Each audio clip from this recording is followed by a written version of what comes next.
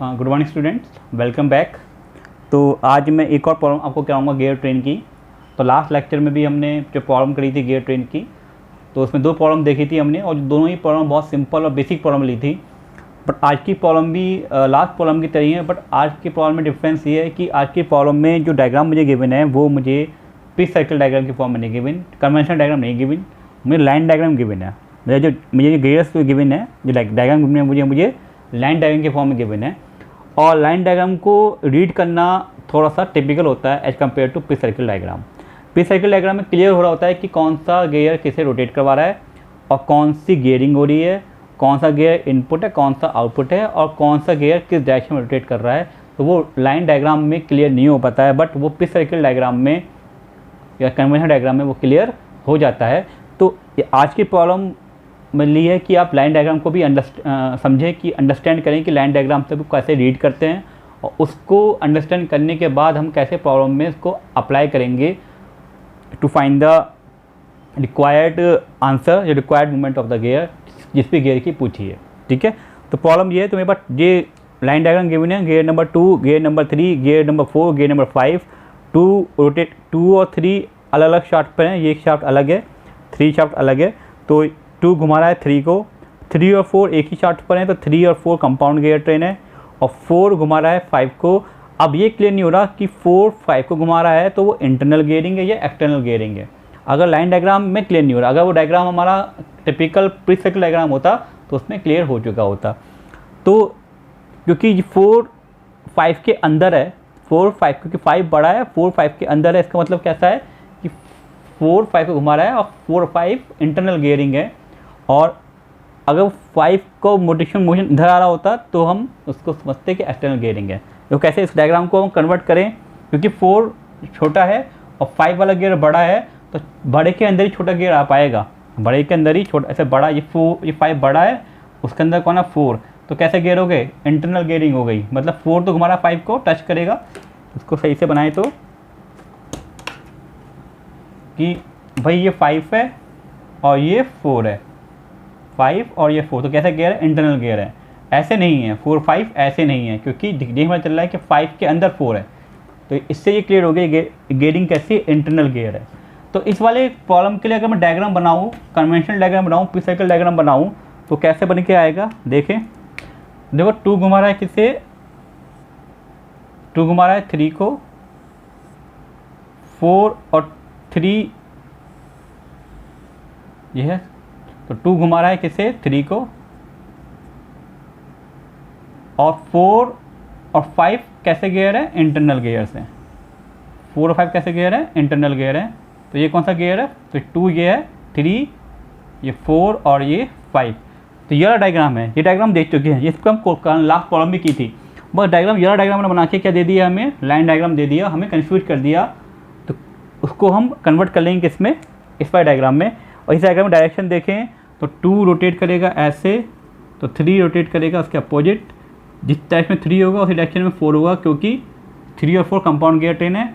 और जिस डायरेक्शन में 4 होगा उसी डायरेक्शन में 5 होगा, क्योंकि 4 और 5 इंटरनल गियरिंग है। तो हमें डायरेक्शन क्लियर हो गई। जब डायरेक्शन क्लियर हो जाती है, इतना क्लियर कर लिया हमें, डायरेक्शन क्लियर है, कौन सा गियर की डायरेक्शन क्या कौन सा गियर की क्या डायरेक्शन है, अगर इतना आपने पता लगा लिया तो आपका क्वेश्चन सॉल्व हो गया। बस कैलकुलेशन रह जाती है, वो मैं बताता हूँ कैसे होगी। बस आपने ये पता लगा लिया कि डायग्राम को समझ लिया, डायग्राम को अंडरस्टैंड कर लिया और डायग्राम के अकॉर्डिंग आपने गियर्स का मोशन देख लिया कि कौन किसे घुमा रहा है और कौन किस डायरेक्शन में है। अगर आपने ये क्लियर कर लिया, मतलब ये भी कहने मतलब ये कि आपको पता चलेगा कि एक्सटर्नल गियरिंग हो रही है या इंटरनल गियरिंग हो रही है, ये आपने क्लियर कर लिया, ये आपको क्लियर हो गया, तो क्वेश्चन आपका गियर ट्रेन का सॉल्व हो गया। ठीक है, उसके बाद केवल कैलकुलेशन बचती है। कैलकुलेशन क्या करेंगे हम बनाएंगे टेबल, बनाएंगे टेबल में बना दिया हमने कंडीशंस। पहले क्या होता है, कंडीशन लिखते हैं। ये मेरे पास आर्म है, गियर 2 है, 3 और 4 कंपाउंड गियर और गियर नंबर 5 है। तो मैंने ये टेबल बना दी। ठीक है, कंडीशंस के अकॉर्डिंग कंडीशन, पहली कंडीशन क्या रखता हूँ मैं, कि पहली कंडीशन ये होती है कि आर्म फिक्स्ड है और मैंने +1 रोटेशन दे दिया। आर्म फिक्स है, इसको +1 रोटेशन दे दिया। तो 2 घुमा रहा है 3 को, तो 3 2 के अपोजिट डायरेक्शन में है, तो माइनस आ गया, और 2 घुमा रहा है 3 को, तो T2/T3, जो घुमा रहा है उसके तीत ऊपर, जो घूम रहा है उसके तीत नीचे। अब 4 देखें, 5 को देखें, 5 के गियर 5 के लिख रहे हैं, 5 को कौन घुमा रहा है, 4 इंटरनल गियरिंग है, इंटरनल है तो जिस डायरेक्शन में 3 होगा उस डायरेक्शन में ये होगा, डायरेक्शन चेंज नहीं हुई। और इनपुट क्या था, T2/T3 था। अब कौन घुमा रहा है, 4 5 को घुमा रहा है, तो 4 ऊपर, जो घुमा रहा है वो ऊपर, जो घूम रहा है वो नीचे। ये हमने टेबल बना दी बहुत आसानी से, ठीक है। फिर दूसरा स्टेप क्या होता है कि मैंने कहा आर्म फिक्स है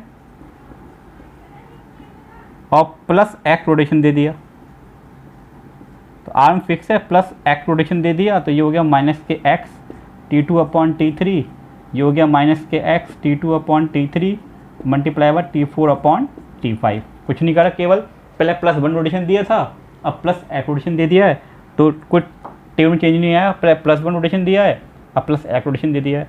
फिर मैंने क्या किया, ऑल एलिमेंट को मैंने जोड़ दिया, ऑल एलिमेंट को रोटेट करवा दिया y से, तो ये भी y घूम गया, ये भी y घूम गया, ये भी y घूम गया, ये भी y घूम गया, ठीक है। अब क्या किया, अब इसको ऐड कर दिया, इससे और इससे ऐड कर दिया, सेकंड और 3 को ऐड कर दिया, तो सेकंड 3 को ऐड कर दिया, तो ऐड कर दो उसे, इससे और स्टेप को ऐड कर दिया, तो y plus x, y minus x T2/T3, y minus x T2/T3 multiply by T4/T5, ठीक है। इतना काम कर दिया, टेबल बन के आ गई।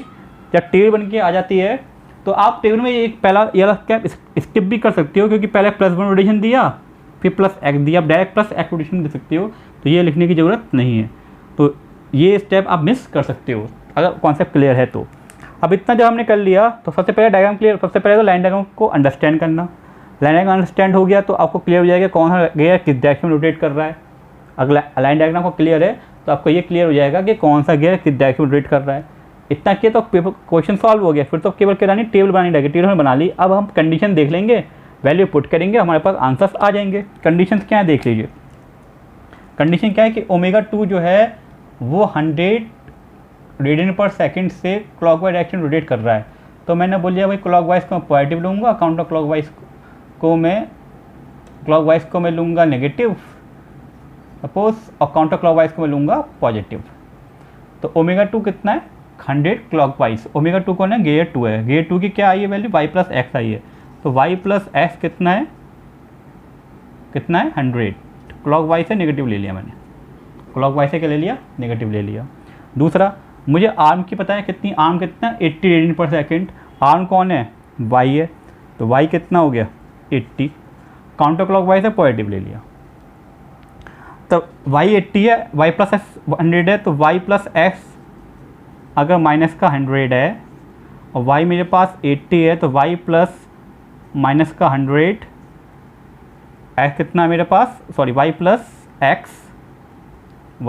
एक्स कितनी जगह माइनस का 100, तो x कितना आ गया माइनस का 180, x कितना आ गया माइनस का 180, तो हमें यहाँ से x की वैल्यू मिल गई और y की वैल्यू भी मिल गई।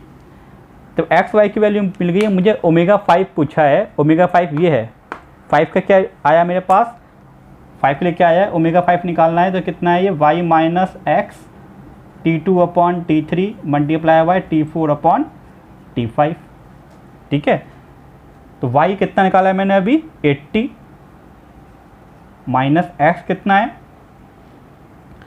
माइनस एक्स कितना है, एक्स है माइनस का 180, तो माइनस का 180 एक्स है, ठीक है। T2 कितना है 20/T3 कितना है 24, T4 कितना है 32/T5 कितना है 80, यहाँ वैल्यू पुट कर दी, तो ये मेरे पास कितना हो गया 80 प्लस 180 मल्टीप्लाई बाय 20/24 32/80, इसको मैं सॉल्व कर रहा हूँ तो कितना आ रहा है 140 आ रहा है, प्लस का आ रहा है, और प्लस का आ रहा है, इसका मतलब कैसा डायरेक्शन हो गया काउंटर क्लॉकवाइज, प्लस का मैंने क्या ले रखा है काउंटर क्लॉकवाइज डायरेक्शन ले रखा है, आसानी से मैंने सॉल्व कर दिया। तो जब एक बार आपने लाइन डायग्राम को समझ लिया या उस लाइन डायग्राम को कन्वर्ट कर लिया मैनुअल डायग्राम में, पिक्चर के डायग्राम में, उससे आपको डायरेक्शन क्लियर हो जाएंगी, बट डायरेक्शन क्लियर होंगी तभी माइनस प्लस की गलती नहीं होगी, माइनस प्लस की गलती नहीं होगी तो आपका क्लॉकवाइज आ रहा है काउंटर क्लॉकवाइज आ रहा है उसमें प्रॉब्लम नहीं होगी। अगर आप ये क्वेश्चन अगर माइनस का आ जाता तो आप क्लॉकवाइज लिख देते, और आप सपोज गेट का क्वेश्चन है, आपको पूछा है कितना आंसर है, तो हो सकता है वहाँ 140 काउंटर क्लॉकवाइज भी लिखा हो ऑप्शन में, 140 क्लॉकवाइज भी ऑप्शन में लिखा हो। तो अगर आप प्लस माइनस की गलती करोगे तो आपका आंसर गलत हो जाएगा, और प्लस माइनस की गलती तभी होगी जब आपने गेयर्स की रोटेशन, गेयर्स की डायरेक्शन गलत दे रखी है। आपको ये देखना होगा कि 2 और 3 एक्सटर्नल गेयर हैं तो 2 और 3 अपोजिट डायरेक्शन घूमेगा, 3 और 4 कंपाउंड गेयर हैं तो जिस डायरेक्शन में 3 होगा उस डायरेक्शन 4 होगा, और 4 और 5 इंटरनल गेयर हैं तो जिस डायरेक्शन 4 घूमेगा उस डायरेक्शन में 5 घूमेगा। अगर इतनी डायरेक्शन क्लियर कर ली तो टेबल में मिस्टेक नहीं होगी, और टेबल बन जाती है। तो टेबल बनाने के बाद केवल छोटी छोटी कैलकुलेशन हो जाती है अकॉर्डिंग टू द क्वेश्चन, तो सॉल्यूशन बहुत आसान हो जाता है। तो इसका आंसर क्या आ रहा है, 140 काउंटर क्लॉकवाइज डायरेक्शन में इसका आंसर आ रहा है। मतलब 140 जो ओमेगा 5 है, तो 5 की एंगल ऑफ कितनी होगी, 140 रेडियन पर second in counter clockwise direction. तो ऐसे लाइन डायग्राम क्वेश्चन को भी हम कर सकते हैं। तो लाइन डायग्राम को भी आई होप आपको क्लियर हो गया होगा कि लाइन डायग्राम को कैसे हम कन्वर्ट करेंगे पिच सर्कल डायग्राम में, या कन्वर्ट नहीं भी करें डायरेक्ट हम यहाँ से इसको सॉल्व कर सकते हैं। कन्वर्ट कर लेते हैं तो थोड़ा इजी क्या हो जाता है, कन्वर्ट करने से क्या हमें एडवांटेज क्या है, अगर हम कन्वर्ट कर लेते हैं तो हमें डायरेक्शन क्लियर हो जाती हैं गेयर्स की, और डायरेक्शन क्लियर हो जाएंगी तो हमें टेबल में गलती नहीं होगी कि प्लस का है, जिस डायरेक्शन 2 घूम रहा था उसके अपोजिट डायरेक्शन में 3 घूम रहा था, इसलिए माइनस आ गया। जिस डायरेक्शन में 3 घूम रहा है उसी डायरेक्शन में 4 है, तो जिस 4 घुमा रहा है 5 को, जिस डायरेक्शन 4 है उसी डायरेक्शन में 5 है, इसलिए माइनस का माइनस ही रहा। अगर 4 की डायरेक्शन 5 की डायरेक्शन अलग होती, 4 घुमा रहा होता 5 को, 5 4 के अपोजिट घूम रहा होता तो ये प्लस आ जाता, तो आपको पूरा क्वेश्चन चेंज हो जाता। इसलिए अगर आपको गेयर्स की डायरेक्शन क्लियर है तो ही आपका आंसर सही आएगा, नहीं तो आपका आंसर गलत हो जाएगा। जैसे बेसिक कॉन्सेप्ट क्या है गियर ट्री के क्वेश्चंस में, आपको गेयर्स की डायरेक्शंस क्लियर हो कि कौन सा गियर किसको घुमा रहा है और किस डायरेक्शन में घुमा रहा है, सेम डायरेक्शन में घुमा रहा है या अपोजिट डायरेक्शन में घुमा रहा है। इसको हम टेक्निकल में बोले तो एक्सटर्नल गियरिंग हो रही है या इंटरनल गियरिंग हो रही है। इतना क्लियर हो जाता है तो क्वेश्चन बहुत ईजी होते हैं गियर ट्रेन्स के, और यूनिवर्सिटी में पूछे जाते हैं और गेट पे तो बहुत ही आता है। तो इसको आप प्रैक्टिस करें, और कोई और क्वेश्चन आपको ऐसा लग रहा है कि इसमें लाइन डायग्राम को क्लियर नहीं है तो मुझे बताएं, तो उसको मैं फिर से नेक्स्ट लेक्चर में, वीडियो लेक्चर में इसको ले लूँगा, उसको सॉल्व करूँगा, ठीक है। तो इसके बाद क्वेश्चन जब हम कर लेते हैं तो एक थोड़ा सा छोटा सा कॉन्सेप्ट है, उसमें आप पूछ सकता है कि गियर ट्रेन्स में जब आप सारी वो एंगुलर स्पीड निकलवा ले, सब कुछ निकलवा ले, तो बाद में वो टॉर्क ही पूछ सकता है कि अगर इनपुट गियर में टॉर्क इतना प्रोड्यूस हो रहा है, जो गियर ड्राइवर गियर है उसमें इतना टॉर्क प्रोड्यूस हो रहा है, तो आउटपुट गियर में जो मेरा ड्रिवन गियर है उस पर टॉर्क कितना प्रोड्यूस होगा, वो पूछ सकता है। तो नेक्स्ट ये पूछ सकता है कि what will be the torque in epicyclic gear train, torque in epicyclic gear train. मतलब जो गियर ट्रेन की प्रॉब्लम्स हैं, तो गियर ट्रेन की प्रॉब्लम में हमने क्या क्या देखा कि गियर ट्रेन प्रॉब्लम में कुछ कंडीशन गिवन होती हैं, और उस कंडीशन के बेस पे हम वो क्या पूछता है, किसी भी गियर की एंगुलर स्पीड पूछ लेगा या किसी भी गियर की एंगुलर वेलोसिटी पूछ लेगा, ठीक है। तो हो सकता है कि वो उस गियर आउटपुट गियर की टॉर्क भी पूछ ले कि क्या टॉर्क प्रोड्यूस होगा।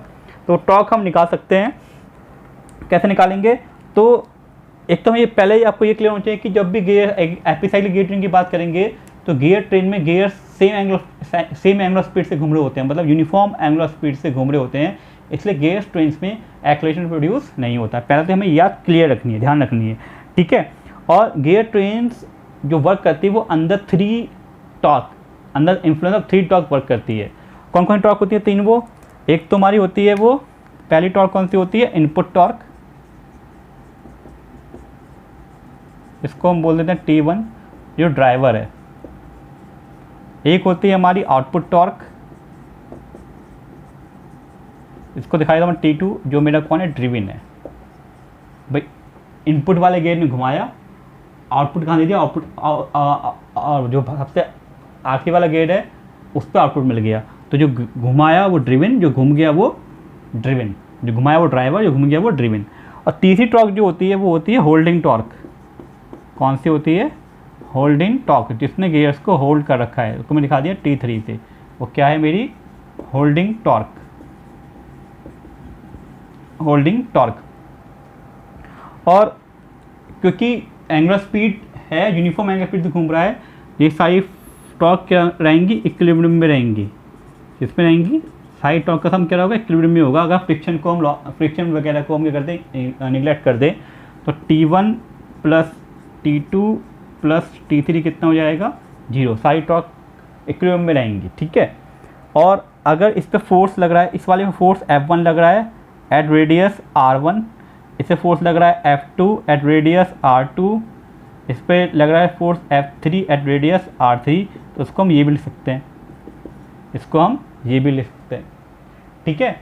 और अगर ω1 and ω2 and ω3 are the angular speed, अगर ये एंगुलर स्पीड हैं तो उसको मैं लिख सकता हूँ T1 ω1 plus T2 ω2 plus T3 ω3 equal to 0, तो उसको ये भी लिख सकता हूँ मैं, ठीक है। और उसमें कोई भी एक अगर फिक्स हो जाए, जो होल्डिंग टॉर्क अगर फिक्स है मगर ω3 अगर फिक्स है, तो ये बचेगा T1 ω1 plus T2 ω2 equal to 0। और इस इक्वेशन को यूज करके मैं इनपुट टॉर्क अगर गिवन है तो आउटपुट टॉर्क निकाल सकता हूँ, अगर आउटपुट टॉर्क गिवन है तो इनपुट टॉर्क निकाल सकता हूँ। मतलब मुझे ड्राइवर की पता है तो ड्रिवन की निकाल सकता हूँ, ड्रिवन की पता है तो ड्राइवर की निकाल सकता हूँ। तो ये छोटा सा कॉन्सेप्ट पता होना चाहिए, न्यूमेरिकल्स में यूज होता है। न्यूमेरिकल्स में वो कभी कभी गियर ट्रेन्स की प्रॉब्लम्स में वो एंगुलर स्पीड के साथ साथ पूछ लेता है कि कितनी टॉर्क प्रोड्यूस होगी, तो गेट्स के क्वेश्चन में ज़्यादातर पूछ लेता है। और यूनिवर्सिटी क्वेश्चन में पूछ लेता है कि अगर इस ड्राइविंग गियर पे 20 न्यूटन, अगर ड्राइवर पे 20 न्यूटन मीटर की टॉर्क लग रही है तो ड्रिवन पे कितनी लगेगी, तो अगर ड्राइवर की टॉर्क पता है, इसकी एंगुलर स्पीड पता है, तो हम ड्रिवन पे निकाल सकते हैं। तो ड्रिवन की एंगुलर स्पीड हम निकाल रखे होंगे, तो इस छोटे से कॉन्सेप्ट से हम टॉर्क भी कैलकुलेट कर सकते हैं गियर ट्रेन्स पे, ठीक है। छोटा सा कॉन्सेप्ट है, बहुत इंपॉर्टेंट कॉन्सेप्ट है, न्यूमेरिकल्स में यूज होता है, पूछ लेते हैं गियर ट्रेन्स में, ठीक है। किसी बुक्स में बहुत छोटा सा बीच में हाईलाइट कर दिया है, किसी में दे भी रखा है, तो ये आदमी हम लोग निगलेक्ट कर देते हैं। और जब प्रॉब्लम्स आती है तो हम कंफ्यूज हो जाते हैं कि टॉर्क कैसे निकालें। हम F/R से निकालते हैं टॉर्क, हमारी रेडियस नहीं पता होती गियर ट्रेन की, या निकालनी पड़ती है पे सर्किल डायमीटर से निकालनी पड़ती है, क्वेश्चन लंबा हो जाता है। हम सीधे T1 × ω1 से कैलकुलेट कर सकते हैं।